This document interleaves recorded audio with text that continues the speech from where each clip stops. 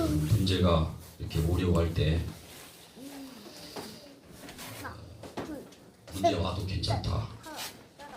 그리고 문제가 왔을 때 문제 아니다. 이렇게 한번 선포를 이렇게 해보시기를 바랍니다. 문제가 와도 90%는 그냥 놔두면 다 이렇게 지나가는 것이라고 그래요. 실제 저도 이렇게 삶을 돌아보면 문제가 왔을 때 그냥 놔두면 다 지나가는 것들이 있는 것 같아요. 근데 지나가는 것 붙잡고 염려를 합니다. 90% 다 지나가는 그 문제를 붙잡고 염려하고 고민하고 괴로워하고 그래요. 나머지 한 10%의 문제만 중요한 문제라고 하는데요. 근데 사실 이것도 문제가 아닙니다. 하나님 입장에서 보면 문제될 것이 없어요. 다윗은 사망의 음침한 골짜기로 다닐지라도 문제가 아니다고 그랬어요. 괜찮다고 그랬습니다. 이유는 하나님이 함께 하시기 때문이다. 고백했습니다. 믿음의 고백이죠. 다윗의 믿음의 고백. 하나님을 완전히 신뢰하는 그 믿음의 고백이죠. 그 믿음을 하나님이 들으시고 기뻐하신 거죠. 다윗을 이끌어서 다윗은 내 마음에 합한 자다 그랬어요. 나하고 통하는 자다 그 말이죠. 하나님이 나의 목자시니 내가 부족함이 없다고 고백했습니다. 다윗이 왜 부족한 게 없겠습니까? 당장 죽음의 고비를 10번이나 넘겼고 매일매일 죽음과 싸워야 되는, 죽음의 위기와 싸워야 되는 그런 환경이었어요. 그런 순간에도 불구하고 부족함이 없다 이 고백했어요. 대부분의 많은 사람들은 저도 그렇고 여러분도 그렇고 순간 잘못 깨달으면 이것도 문제고 저것도 문제고 저 사람도 문제고 이 사람도 문제고 나도 문제다. 또 어떤 경우는 나는 문제 없는데 다 문제처럼 보이기도 하고 그래요. 틀린 거죠. 예수 안에 있으면 괜찮은 줄 믿으시기를 축원합니다. 문제는 뭐가 문제냐면 예수 밖에 있는 게 문제입니다. 방주 밖에 있는 거예요. 아무리 잘났어도 방주 밖에 있으면 망하는 겁니다. 아무리 돈이 많아도 방주 밖에 있으면 망하는 거예요. 우리가 아무리 부족하고 연약하고 문제가 많아도 우리는 방주 안에 있기 때문에 문제가 아니고 축복인 줄 믿으시기를 축원합니다. 이 땅의 문제는 멸망 속에 있는 겁니다. 멸망이 뭡니까? 멸망은 마귀 운명에 잡혀서 이 땅에서 고생하며 살다가 결국은 지옥 가는 것이 문제입니다. 우리는 복음과 말씀, 기도의 힘을 놓치면 나도 모르게 틀린 생각에 빠져요. 말씀 놓치고 살잖아요. 틀린 생각에 빠져요. 그래서 저와 여러분의 인생의 전부가 복음을 누리는 데 방향을 맞춰야 돼요. 그래야 사람을 살리고 세우는 일을 할 수가 있어요. 우리가 돈을 벌고 성공하는 것은 우리의 삶의 목표가 아닙니다. 삶의 이유가 아니에요. 그게 삶의 이유는 이유가 되는 사람들은 불신자예요. 우리 인생의 목표는 사람을 살리고 세우는 것인 줄 믿으시기 바랍니다. 이 땅에 돈 벌고 성공하는 이거는 우리의 부업이라고 했어요. 우리의 주업이 뭐냐면 전도와 선교입니다. 그래서요 교회 모든 조직 행정이 여기에다 방향이 맞춰져야 됩니다. 교회에서 어떤 조직을 짜고 행정을 짜고 규칙을 짜고 계획을 세웠는데 정말 그것이 복음과 안 맞는다면 수정해야 돼요. 그리고 갑자기 사람을 살리고 살려야 될 일이 생겼다면 그 틀도 벗어나야 돼요. 벗겨버려야 돼요. 우리가 인생을 살다가도요 때로는 정말 이 초월에 대고 넘어설 때가 있어요. 그때가 언제냐면 정말 사람 살리는 일, 사람 세우는 일을 당면했을 때 모든 걸 다 놓을 수 있는 그런 은혜가 있어야 됩니다. 오늘 본문의 야곱이요 100년 동안 10년 동안 세상에 동화되어 살았어요. 영적인 축복을 놓치고 살았기 때문에 그래요. 세상 사람처럼 살았어요.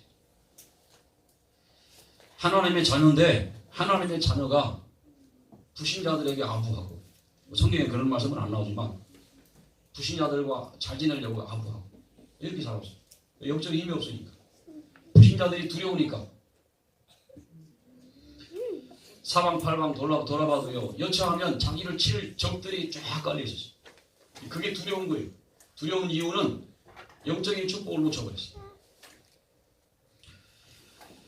이렇게 두려움에 빠진 이유 첫째는 언약을 놓쳤기 때문에 그렇습니다. 언약이 뭡니까? 언약은 하나님이 인간에게 주신 영원히 변하지 않는 약속입니다. 창세기 1장 17절 18절에 보면 하나님이 우리 인간을 창조할 때 하나님의 형상대로 창조했어요.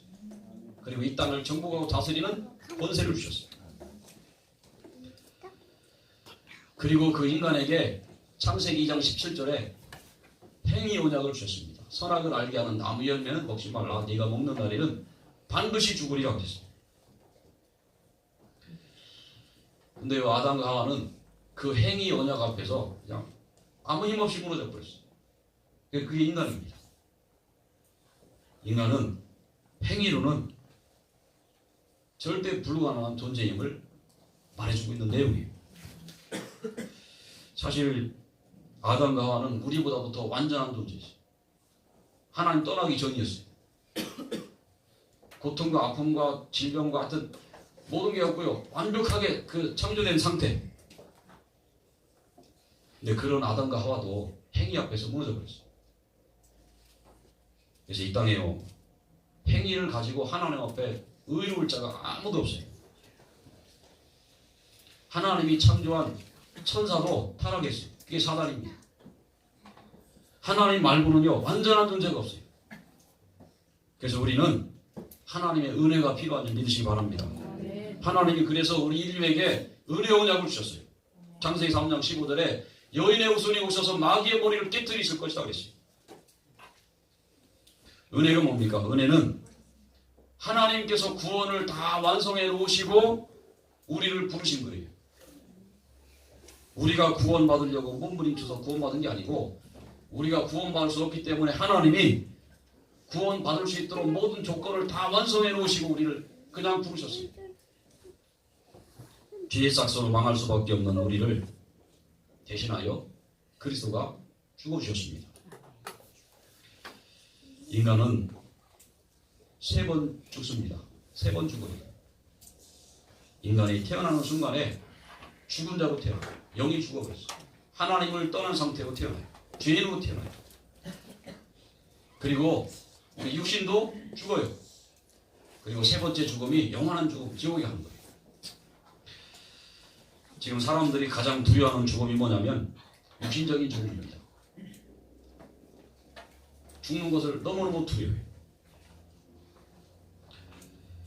구원받은 저와 여러분은 잃었던 생명 다시 얻은 하나님의 백성임을 믿으시기 바랍니다. 죽었던 영이 예수 그리스도로 말미암아 새 생명을 얻게 되었습니다. 그리고 영원한 생명인 천국 시민권을 우리가 얻게 됐습니다. 안희숙 여사가 그랬어요. 죽으면 죽으리라 그랬어요. 내가 예수 믿는 것 때문에 일제시대 때 죽으면, 저들이 죽이면 그냥 죽겠다 그랬어요. 책 제목이 그래요. 죽으면 죽으리라. 그리고 다음에 또 책을 썼네. 뭐라고 썼냐면 죽어요. 그런데 안 죽어요 그랬어요. 책 제목이 그래요. 우리는 죽어도 죽는 것이 아니고 저 영원한 천국에서 주님과 함께 영원한 복락을 누리는 줄 믿으시기 바랍니다. 마귀 권세를 깨뜨시고 우리를 마귀 운명에서 건지셨어요. 마귀 운명에 잡힌 사람들이 지금 뭐합니까? 지금 우리는 예배드리지만 그 사람들은 현장에서 지금 우상 숭배하고 있어요. 귀신을 섬기고 있어요. 그게 망하는 길인지도 모르고, 그렇게 망할 수밖에 없는 우리를 하나님은 하나님 만날 수 있도록 하나님 만나는 길을 열어주셨습니다. 그래서 누구든지 주의 이름 부르면 구원을 받으리라고 했어요. 누구든지. 그래서 예수 영접한 구원받은 우리 속에 성령으로 하나님이 함께 하신 줄 믿으시기 바랍니다. 변함없는 약속이에요. 하나님 우리 함께 하시는 거 변함이 없어요. 우리는 왔다 갔다 하잖아요. 어제 다르고 오늘 다르고 또 내일 다르고 또 달라요. 매일 달라요. 근데 하나님은 변함없이 어제나 오늘이나 영원토록 함께 하시고 우리가 죽는 그날까지 함께 하신다고 약속했습니다. 하나님 앞에서요, 지난 주간에 가장 큰 죄가 뭐냐? 하나님 앞에 가장 큰 죄가 뭐라고 생각하십니까? 하나님을 떠나서 우상 숭배하고 귀신을 섬기고 사는 거예요. 하나님이 어디냐면서요, 하나님을 조롱하고요, 내 주복을 믿으라면서요, 허세를 부리며 사는 거. 이게 하나님 앞에 가장 큰 죄예요. 살아계신 하나님, 하나님 없다 하면서요, 하늘을 향해 총을 쏘고요. 하나님 죽었다고 막 이렇게 하는 사람들이 많이 있거든요. 하나님 앞에 정말 무서운 죄입니다. 하나님 분명히 살아계신 줄 믿으시기 바랍니다. 이 죄를 인하여 세상 사는 날 동안 저주와 재앙 속에 살다가 영원한 멸망 지옥에 가는 거예요. 제가 사는 동네 시골에 건너편 동네예요. 걸어서 한 20분, 30분. 제가 초등학교 때 거든요. 그 동네 사람들이 우상 숭배를 얼마나 심각하게 많이 하는지요. 물론 우리 한국 지역 가보면 다 우상 숭배 하잖아요.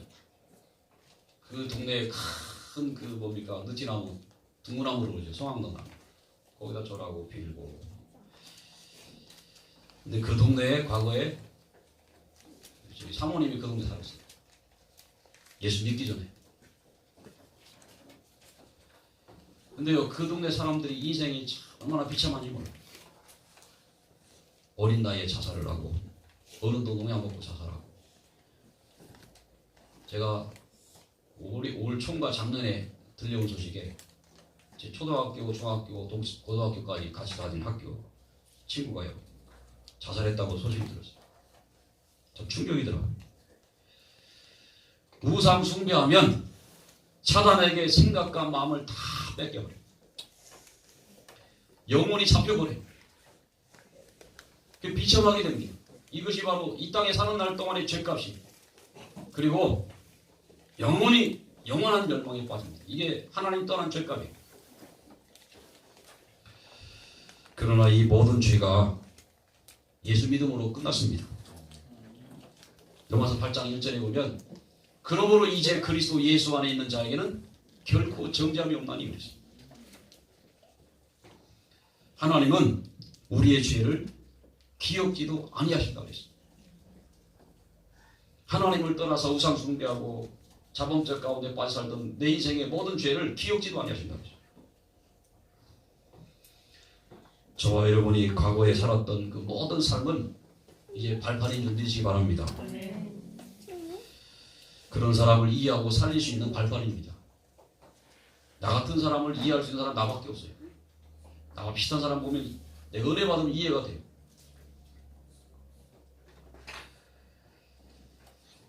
두 번째는요, 야곱이 이렇게 두려움에 빠진 이유, 두 번째 이유, 말씀을 놓치고 살았어요.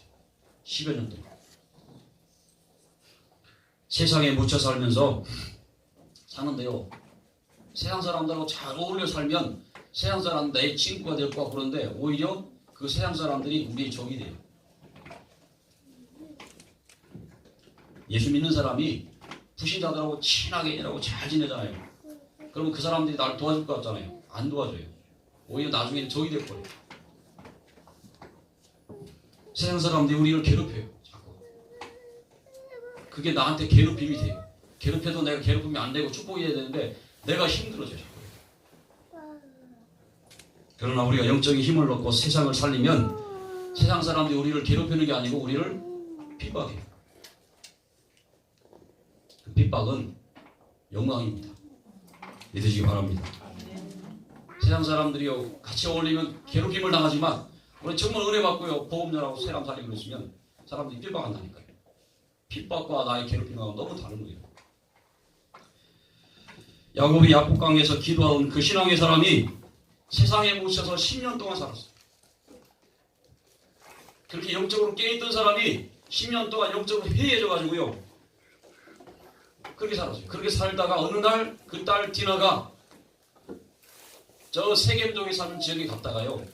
밖으로 구경 나갔어. 세상 사람들이 어떻게 사나 이렇게 보려고 구경 나갔어. 나갔다가 세겜 추장한테 그 눈에 딱 이렇게 들어오고 그 데려다가 강간해 버렸어.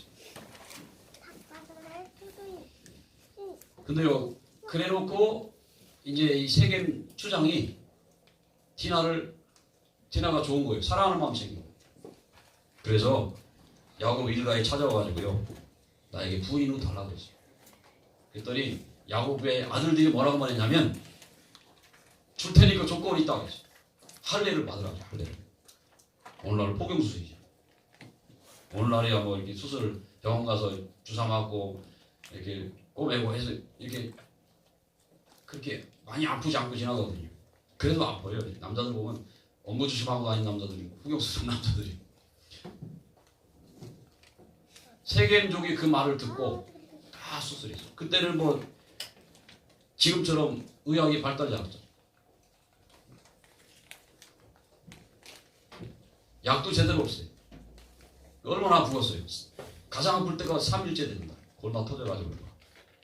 꼼짝 못하는 그때에 야곱의 아들들이 쳐들어가가지고요, 복수의 칼을 가지고 와서 다 죽여버려. 남자들, 세겜족 남자들을 다 죽여버렸어.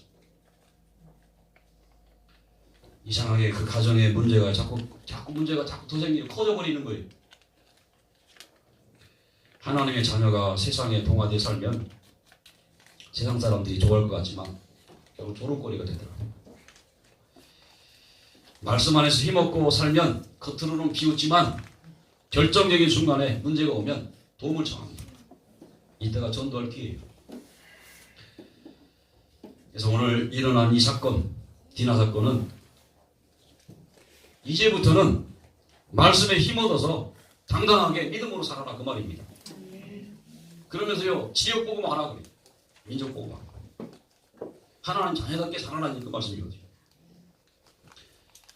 우리가 말씀에 묻혀 살면 믿음이 회복됩니다. 그래서 우리의 삶의 방법이 뭐냐면 믿음입니다. 오직 의인은 믿음으로 말미암아 살리라 한 것 같으니라 그랬어요. 불신자의 삶의 방법은 뭡니까? 자기 능력, 자기 꾀, 자기 방법이요. 근데 우리는 믿음으로 사는 거예요. 태산과 같이 문제가 있는데도요, 믿음으로 사는 거예요. 당장 집안에 문제가 있는데도 믿음으로 사는 거예요. 말씀에 묻혀 살다 보면 믿음의 뿌리가 깊이 내려지면서 치워버려요. 우리의 상처 깊은 것까지 치워버립니다. 그러면서 삶이 회복돼요. 이중생활, 삼중생활 하던 사람이 오직의 신앙으로 바뀌어요. 양다리 걸치고 살던 사람이 오직의 신앙으로 바뀌어요. 이게 말씀의 능력입니다. 그러면서 말씀의 인도를 받게 됩니다. 그래도 야곱이요, 결정적인 순간에는 성령의 인도를 받습니다. 이 언약의 사람입니다. 평소에는 신앙이 좋은 것 같은데 결정적인 순간에 성령의 인도 못 받고요, 내 생각대로 가는 사람 많아요. 근데 야곱이요, 결정적인 순간에는 성령의 인도를 받았어요.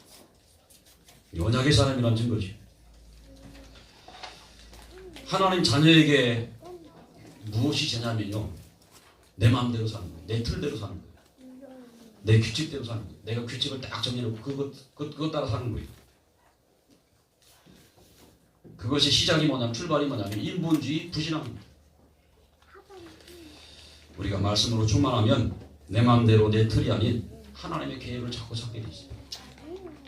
말씀이 가라면 가고, 앉으라면 앉고, 서라면 서게 돼 있어요. 그래서 성령의 인도 받으면서 그 안에서 기쁨을 얻게 돼 있습니다.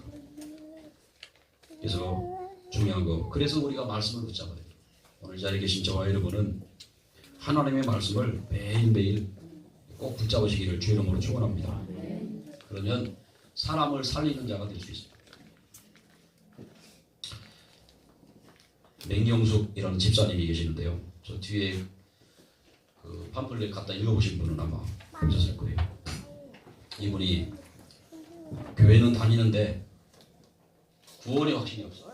마음의 확신이 없어요. 자기가 하나님의 자녀라는 확신이 없고 전도자라는 확신도 없는 거예요. 늘 갈급한 거예요. 그래서 이 사람이 한 달에 한 번씩 꼭 기도원에 가야 돼요.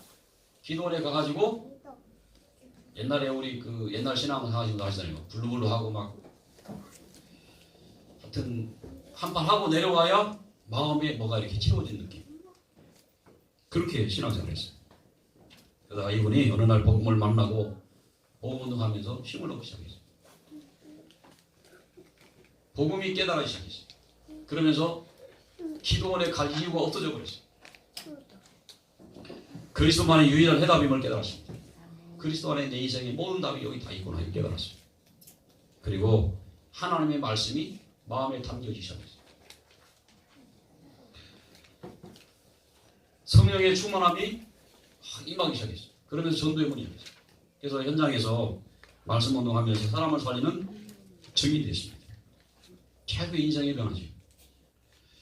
하나님의 말씀이 우리의 마음에 와닿고 그 말씀이 내게 힘이 되기 시작하면 이런 전도자로 바뀌게 되어 있습니다.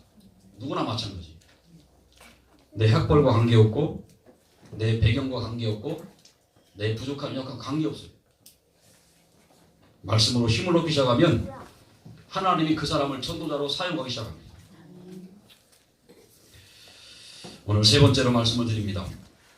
야곱이 이렇게 두려움에 빠진 이유 또 하나는 현장을 놓치고 살았어요. 살려야 될 사람들이 두려움의 대상이 되죠. 현장이 두려운 거예요. 불신자가 두려운 거예요. 사람이 은혜 받지 못하고 영적으로 이렇게 다운되면 자꾸 세상을 보면 두렵습니다. 불안하고. 세상이 커 보이고. 저는 과거에요. 오래됐지만 집에 전화 받는 것도 두려워요. 그 정도가 시달렸어요. 집에 사람 찾아오는 것도 싫어요. 두려워. 저는 사람 만나서 막 이렇게 어울리는 거 되게 좋아하거든요. 친구들하고 막 어디 놀러 다니 이런 거 좋아해요. 지금 회복돼서 어디 막 가고 싶은 마음이 있는데 이렇게 막 사람 만나는 거 두렵고 모든 게 두려운 거예요. 막 이렇게 전화하면 전화 안 받아요. 그럼 우리 애들이 받아. 집사람이 받아.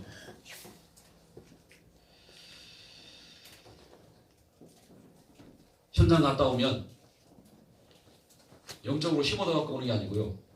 영적으로 늘려 갖고 와요. 힘들어 갖고 와요. 근데 지금 현장 갔다 오면 힘을 얻고 돌아와요. 현장을 보면 애통한 마음이 나. 고통당하는 영혼들을 보면 불쌍하고 그래요.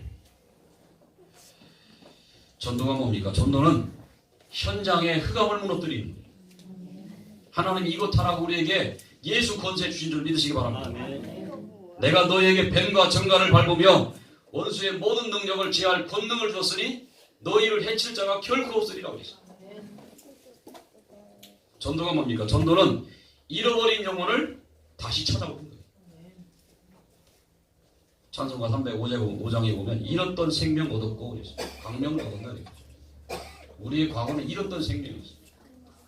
지금은요 예수를 통해서 새 생명을 얻었어요. 그래서 잃어버린 생명 다시 찾아오는 거예요. 마귀에게 잡혀있는 영혼들을 다시 뺏어갖고 오는 거예요. 마귀 운명에 잡혀갖고요 일평생 고난 나가다 지옥 갈 그런 운명에 빠진 자들을 복음으로 살려가지고 데려오는 거예요. 근데 그거를 우리 보고 하라고 말씀하지 않고 하나님이 하시겠다 그러지. 그래서 힘오더라고 말씀했어요. 현장에는 작정된 자, 예비된 자 있습니다. 그걸 찾는 게 바로 전도입니다. 그리고 세 번째는 전도는 제자를 세우는 거예요. 어저께 핵심에서 이 목사님 그러더라고요. 우리가 많은 건 남겨도 소용없대요. 아무리 많은 건 남겨 소용없어요. 재산을 아무리 많이 남겨도 지식을 남겨도 뭘 남겨도요. 다 지나가는 거예요. 우리 한 가지를 남겨야 되는데 제자를 남겨야 된다 그랬어요. 어떤 제자입니까? 그리스도 누리는 제자. 그리스도 누리는 렘넌트를 우리 남기고 와야 돼요. 오늘 결론입니다. 야곱이 깨달은 거예요. 야곱의 아들들이 세겜족 모든 남자들을 다 죽였어요. 하루아침에 막 완전 살인자가 됐어요. 살육을 벌였어요. 그 일로 인해서 야곱이 두려운 거예요. 왜 두렵습니까? 왜 두렵냐면 가나안에는요 일곱 족속 31명의 왕이잖아요. 거기 많은 족속들이 살아요. 세겜족은 그 한 부분이에요. 근데 그들이 이 세겜족을 죽였다는 소식을 듣고 가만히 있겠냐고요. 동맹 맺은 사람들인데. 그들이 힘을 합치면 야곱 일가는 그냥 한순간에 그냥 완전히 망하는 거예요. 우리는 이제 끝장이다. 그런 두려움에 빠졌죠. 그때 야곱이 깨닫는 거예요. 내가 지금 무엇을 해야 되는가. 그걸 깨달았어요. 이런 위기 때 내가 지금 뭐 해야 되냐. 이거. 내가 오직 하나님만 바라봐야 된다. 이걸 깨달았어요. 바로 베델로 올라가야 된다. 그걸 깨달았어요. 만약에 이런 문제가 왔을 때요, 계속 염려하고 불신앙 속에 있었다면 야곱의 염려대로 아마 큰 위기를 만났을 거예요. 진짜 염려한 대로 그 가나안 땅에 있는 그 족속들이 같이 힘 합쳐갖고 쳐들어왔어요. 그럼 쫄딱 망하는 거예요. 언약의 사람은요, 인생의 위기가 오면 정말 무엇을 해야 될지 아는 사람이에요. 근데 그때 마침 또 하나님이 야곱을 베델로 올라가라고 말씀하셨어요. 부르셨어요. 창세기 35장 1절에 보면 하나님이 야곱에게 베델로 올라가라고. 베델로 올라간다 이 말은 무슨 의미입니까? 예배를 말하는 예배예요. 그리고 하나님께 올인하는 걸 말해요. 양다리 걸치고 살던 그 인생, 세상에 다리 놓던 거 그거 빼가지고 하나님께 올인하라고. 여러분 힘들수록 자꾸 예배 속으로 들어오시기 바래요. 어떤 날 힘들면 예배 밖으로 튕겨나가요. 더 힘들어져요. 우리 집안에 문제가 올수록 자꾸 예배 속으로 들어가요. 그럼 희한하게 어느 날 이 시간표가 회복이 돼요. 이렇게. 여기 계신 분들 중에는 굉장히 힘든 속에 있다 예배를 통해서 이렇게 회복되는 걸 많이 체험하는 분들이 있을 거예요. 영적으로 힘들다가도 또 유신적으로 막 몸이 아프다가도 예배 드리면 막 회복될 때 있잖아요. 그 예배의 축복이거든요. 성령의 역사니까 그래요. 그것 때문에 우리가 예배 드리는 건 아니지만 우리가 예배 드릴 때 하나님이 역사하시기 때문에 자꾸만 회복이 돼요. 이렇게.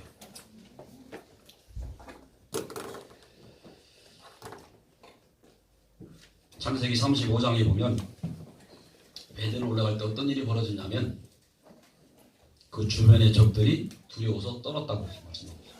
언젠가도 말씀드렸지만요.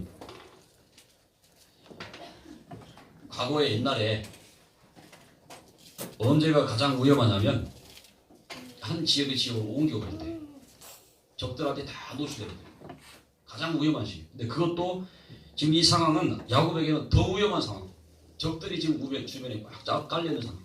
그들이 이를 갈고 있는데 근데요 그 주변의 적들이 두려움에 떨었다고 했어요. 그래서 아무도 공격하는 자가 없어요. 누가 하신 겁니까? 하나님이 하신 거예요. 하나님이 적들의 마음에 두려움을 갖다 줬어요. 야곱의 일가가 움직이는데요 그걸 보고 그 소리를 듣고 막 두려움이 임한 거예요. 예배 가서 예배 드리지도 않고 예배 드리러 가려고 막 움직이는데도 하나님이 역사하시죠. 우리가 예배 드리러 온다는 자체가 축복이고 또 우리가 토요일 날에는 예배를 위해서 준비하고 이 자체가 얼마나 축복인지 몰라요. 그리고 와서 예배 드리는 것이 정말 축복이에요. 세상 사람들은 하나님 앞에 예배할 줄 몰라가지고 귀신 앞에 예배하고 우상 앞에 예배하고요. 돌 앞에 예배하고 망한 길로 가잖아요. 하나님은 야곱을 영적인 서밋으로 부르셨어요. 오늘 자리에 저와 여러분도 영적 서밋으로 부르신 줄 믿으시기 바랍니다. 영적 서밋이 뭡니까? 정상을 말해요. 영적 정상. 성령에 충만한 사람. 하나님의 영으로 하나님의 신으로 충만한 사람. 그 은혜를 주시려고 우리를 부르셨어요. 그리고 우리를 두 번째는 기능 서밋으로 부르죠. 영적인 힘을 자꾸 얻잖아요. 반복해서 얻고 또 얻다 보면 어느 날 이상하게도요 여러분이 하는 일이 자꾸 살아나요. 내 법이 자꾸 살아나요. 저희 어머님 한 사람이 예수 믿고 은혜 받고 힘 얻으니까 처음에 저희 어머님 예수 믿을 때 봤거든요. 저는 그때 잘 믿었지만 제가 봤어요. 늘 은혜 받고 감사해가지고요. 찬양하고 성경 보고 새벽에 일찍 가서갖고 새벽 정도 막 치시고 이러시더라고요. 집안에 우환지고 떠나가지 않았는데요. 그게 늘 우리 집안을 괴롭혔어요. 질병, 특히 질병, 그리고 우환이 농사도 안 되고. 근데 3년 만에 다 떠나가더라고요. 집안에 우환지고 다 떠나가더라고요. 우찌모라 간조가 그랬다고 그러죠. 예수 3년 제대로 믿으면 정말 우환지고 다 떠나가더라고요. 축복을 받게 돼 있다. 그 뒤로 저희 집안에 이렇게 큰 문제 없이 이렇게 순탄하게 이렇게 살아온 것 같아요.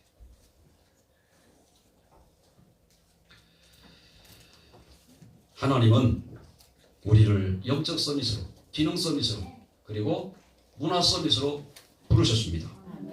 문화 서밋이 뭡니까? 문화 서밋은 우리는 문화를 받고 문화를 가지고 현장을 바꾸고 이것도 있지만 영적인 힘을 얻으면 여러분 하는 기능, 이게 자꾸 살아나요. 불신자들이 볼 때 뭐가 있다 이렇게 느껴져요. 그러면서요, 내 업이, 내 기능이 사람을 살리는 도구가 되는 거예요. 그게 문화 서밋입니다. 내 업이요, 잘 먹고 잘 사는 것을 그치면 불신자와 똑같은 삶이에요. 여러분의 인생, 여러분의 업, 여러분의 기능이 사람을 살리고 세우는 그런 일에 귀하게 쓰임받는 그런 축복이 되시길 바라고요. 그런 영광을 누리시기를 주의 이름으로 축원합니다. 기도하겠습니다. 하나님, 야곱이 숲곳에 살면서 10여 년 동안 언약을 놓치고 말씀을 놓치고 현장을 놓치고 살았습니다. 이제 하나님께서 다시 회복하라고, 베델로 올라가라고 문제와 사건을 허락하시고 또 야곱을 하여금 깨닫게 하시고 베델로 올라가도록 축복하신 주님, 우리의 삶을 지금도 인도하시며 우리를 영적 서밋으로 또 기능 서밋으로 문화 서밋으로 부르신 하나님 감사함을 드립니다. 이 응답 속에 들어갈 수 있도록 날마다 복음 말씀 집중을 통하여 나를 살리는 그런 은혜가 넘치도록 하나님이 축복해 주옵소서. 살아계신 예수님으로 기도합니다. 아멘.